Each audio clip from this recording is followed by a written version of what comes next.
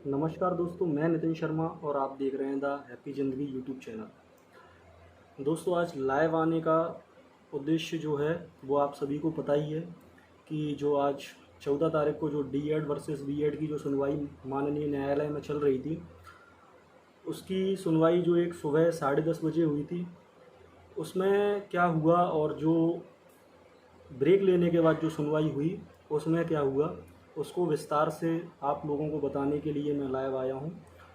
तो आज जो कुछ सुनवाई हुई उसको समझते हैं कि क्या क्या हुआ। सबसे पहले मैं आपको बता दूं कि जब जो हमारे एडवोकेट थे मिस्टर विज्ञान शाह जी, उन्होंने डी.एड की तरफ से बहुत अच्छी पैरवी की और अपने शानदार तरीके से एकदम सारे तथ्यों को रखा। दोस्तों, जब सुनवाई चल रही थी उसी बीच एक नया पॉइंट निकल कर आया। जैसा कि डी.एड के जो वकील थे मिस्टर विज्ञान शाह जी, उन्होंने माननीय न्यायालय को बताया कि जो बी.एड है, उन्होंने सुप्रीम कोर्ट में आईए लगाया हुआ था और वो आईए सुप्रीम कोर्ट की तरफ से खारिज कर दिया गया। और इस तथ्य को जो है वो बी.एड वाले जो वकील थे वो उस चीज़ को छुपा रहे थे। वो बोल रहे थे माननीय न्यायालय को, हमने ऐसा कोई आईए फाइल नहीं किया है सुप्रीम कोर्ट में और ना ही ऐसा कोई तथ्य हमारे द्वारा रखा गया है। इस बात पर जो एडवोकेट जो थे मिस्टर विज्ञान शाह जी, उन्होंने सारे डॉक्यूमेंट कोर्ट के सामने सबमिट किए कि बताया हो कोर्ट को, माननीय कोर्ट को, कि ये जो आईए लगाया हुआ था इसकी फाइल ये है और ये माननीय न्यायालय सुप्रीम कोर्ट के द्वारा इसको खारिज कर दिया गया है। जब इस बात को माननीय हाई कोर्ट ने देखा और जब बी.एड के वकील से पूछा तो दोनों ही बी.एड के जो वकील थे वो आपस में असमंजस की स्थिति में आ गए। एक दूसरे से पूछने लगे कि हमने ऐसा नहीं किया है, ऐसा नहीं किया है। तो इस पर जो माननीय हाई कोर्ट है उसने बहुत ही सख्ती से बोला कि आप तथ्यों को क्यों छुपा रहे हैं, आप सारे तथ्यों को क्यों हमारे सामने नहीं रख रहे हैं एक बार में, जब आपको पहले से ही बोला गया है कि सारे तथ्यों को स्टडी करके आइए, सारे तथ्यों को रखिए, तो आप तथ्यों को क्यों छुपा रहे हैं। तो इस पर उन्होंने कोई जवाब नहीं दिया और इसी बात को रीड करने के लिए कि क्या आईए है, क्या समझने के लिए हमें एक बार इस चीज़ को पढ़ने का मौका दिया जाए। तो इसके लिए उन्होंने थोड़ा 1-1.5 घंटे का कोर्ट से समय मांगा।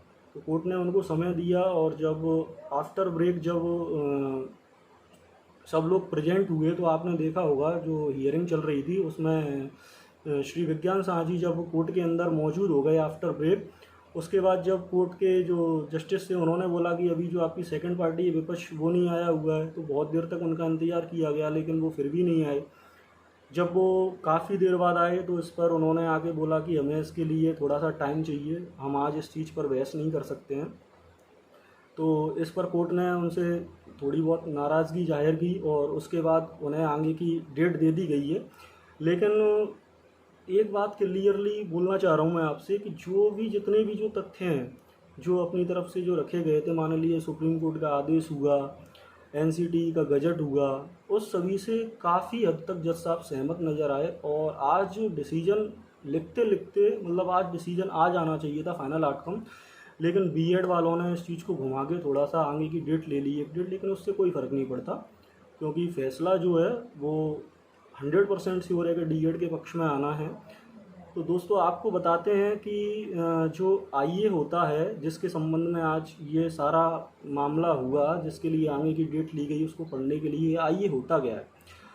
दोस्तों, आईए का मतलब होता है इंटरलॉक्यूटरी एप्लीकेशन।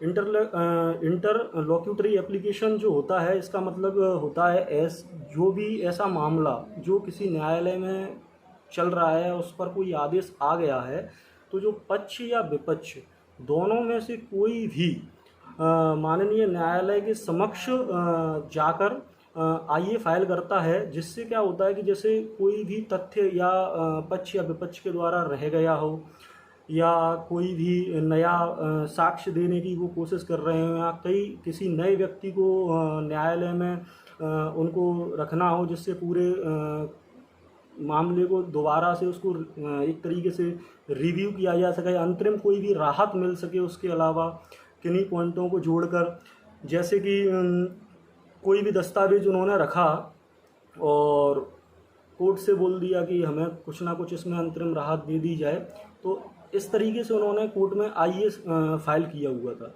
लेकिन माननीय सुप्रीम कोर्ट के सामने तो उन्होंने जब उसकी इसको देखा, उन्होंने बोला कि आपके पास क्या कुछ नया है या नहीं है, तो इन लोगों के पास कुछ नहीं था।